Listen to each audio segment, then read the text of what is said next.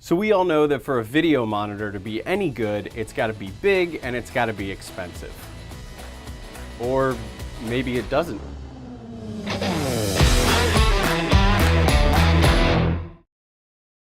Hey guys, it's Bart Johnson here, and today we're going to be taking a look at the Feelworld F5 monitor.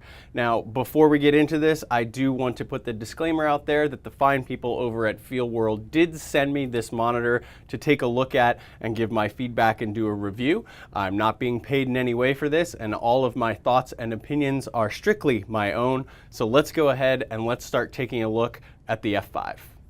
So the F5 is a 5-inch 1920 by 1080 HD display monitor. It has an IPS panel, which means it has a viewing angle of up to 160 degrees.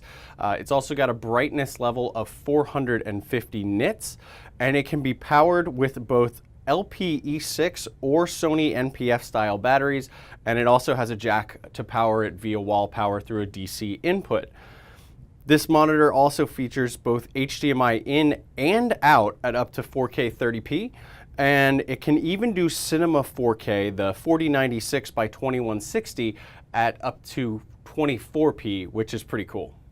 The F5 also has this little DC output port here on the bottom that outputs 8.4 volts, which means that you can power accessories and even your camera via a dummy battery by plugging into this output right here.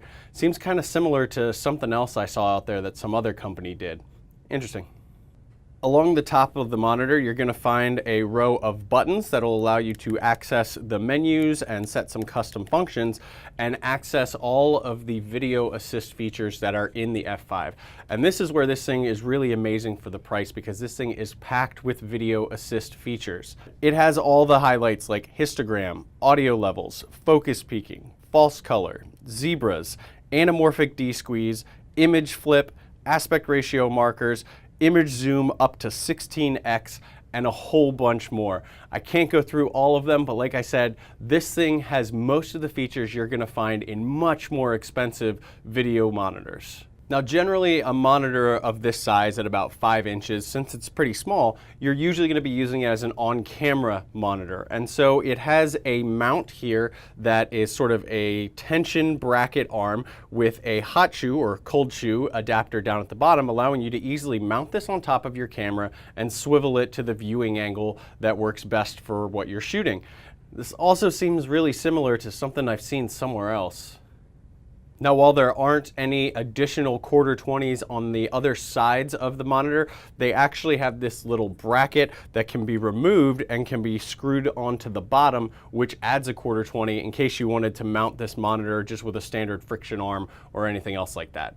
While I've been sort of teasing and joking, this monitor really does deserve to be compared to something like the SmallHD Focus.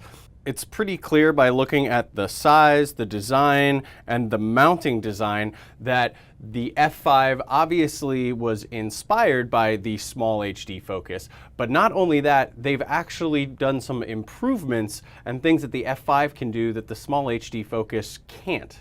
So while these two monitors are very similar in both size and design, there are some really important differences between them. The first is going to be the price. Another difference is going to be the screen resolution. The SmallHD Focus is actually only 720p in its base model, and the F5 is a full HD 1080p. The other important thing to note is that the F5 has both HDMI in and out, while the SmallHD Focus only takes HDMI in.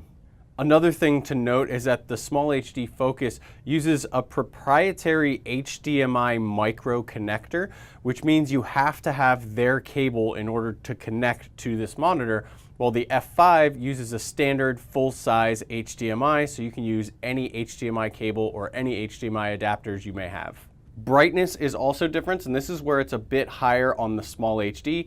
The SmallHD Focus is 800 nits versus 450 nits on the F5, so you could have some issues with direct sunlight outdoor viewing, but the F5 does come with a little hood that can cut some of that down. Another difference is that the SmallHD has a touchscreen to go through its OS and functions, while the F5 is button driven.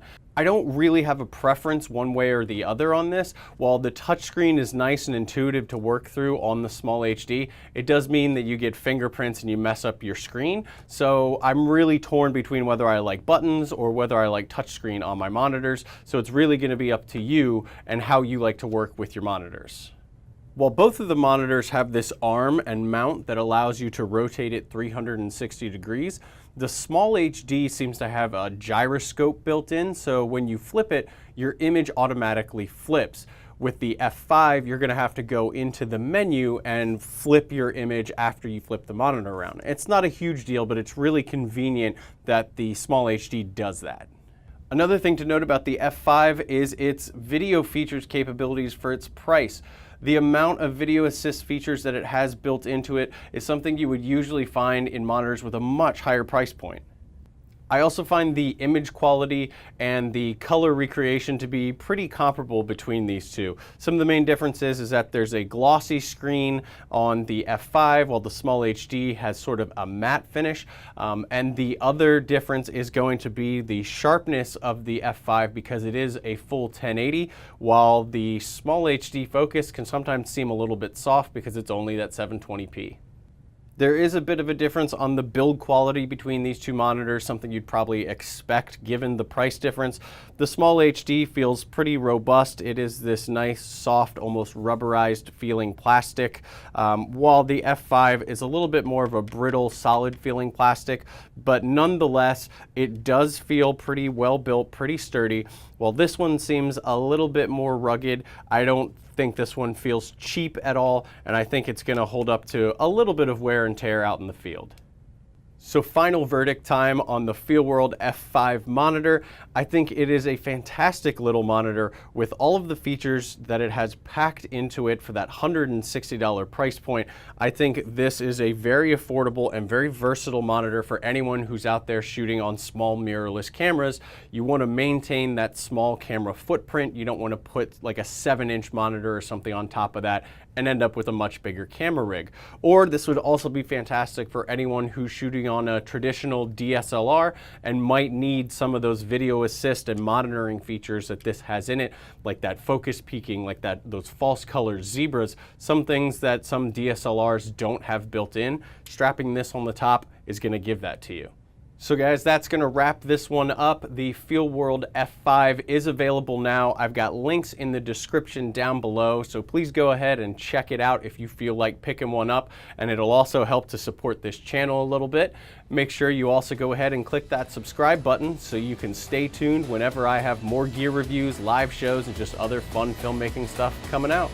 I'll see you guys in the next one.